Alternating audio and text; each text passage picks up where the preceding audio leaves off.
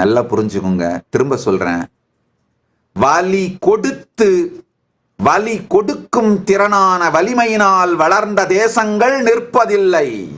வலி தாங்கும் திறனான வலிமையினால் நின்றிருக்கும் சனாதன தர்மத்தின் மீது எழுப்பப்பட்டிருக்கும் தேசம் கைலாசா.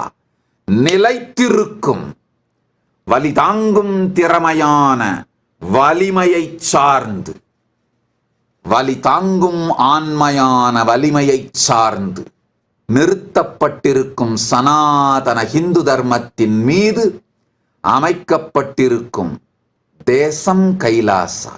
அதனால பரமசிவன் அருளால் வெற்றியே நம் வாழ்க்கை.